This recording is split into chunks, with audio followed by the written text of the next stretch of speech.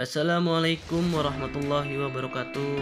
Selamat berjumpa kembali dengan pembelajaran daring mata pelajaran IPS kelas 8 semester 1. Semoga kita semua dalam lindungan Allah Subhanahu wa taala dan dalam keadaan kondisi sehat walafiat dan terhindar dari virus COVID-19.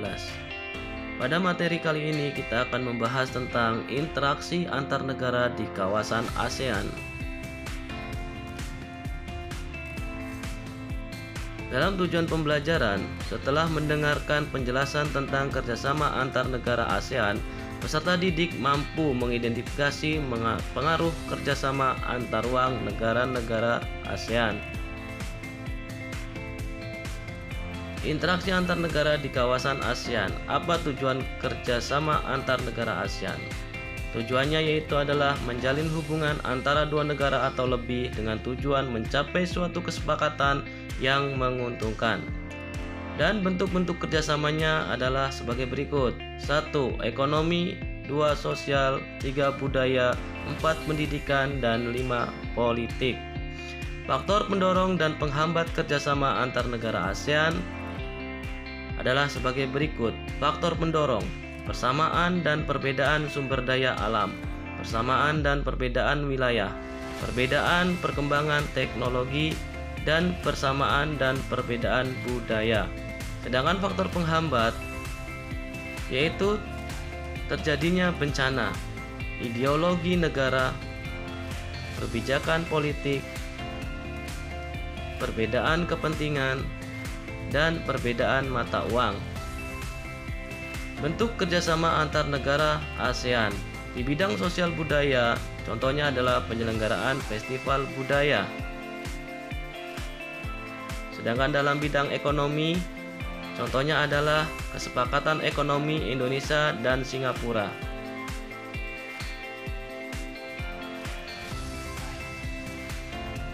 Dalam bidang pendidikan, contohnya adalah pertukaran pelajar antar negara ASEAN, dan bidang penanggulangan bencana contohnya adalah pembentukan organisasi AHA.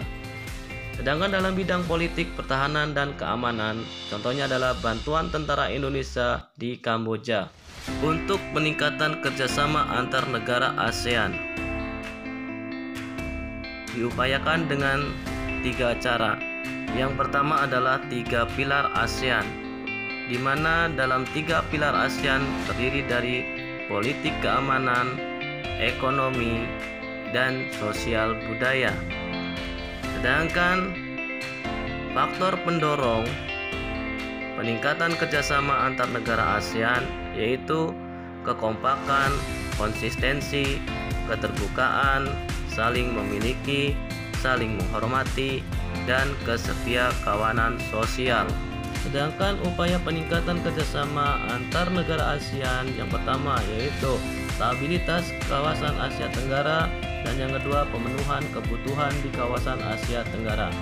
Pengaruh interaksi keruangan terhadap kehidupan di negara ASEAN. Pengaruh yang pertama adalah faktor alam. Faktor alam terdiri dari 3 yaitu faktor alam, faktor geologi, dan faktor kesediaan sumber daya alam.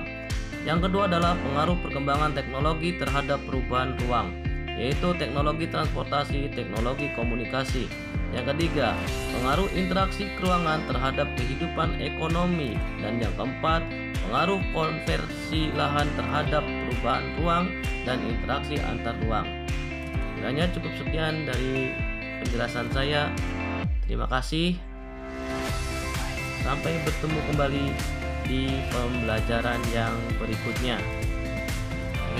Wassalamualaikum warahmatullahi wabarakatuh.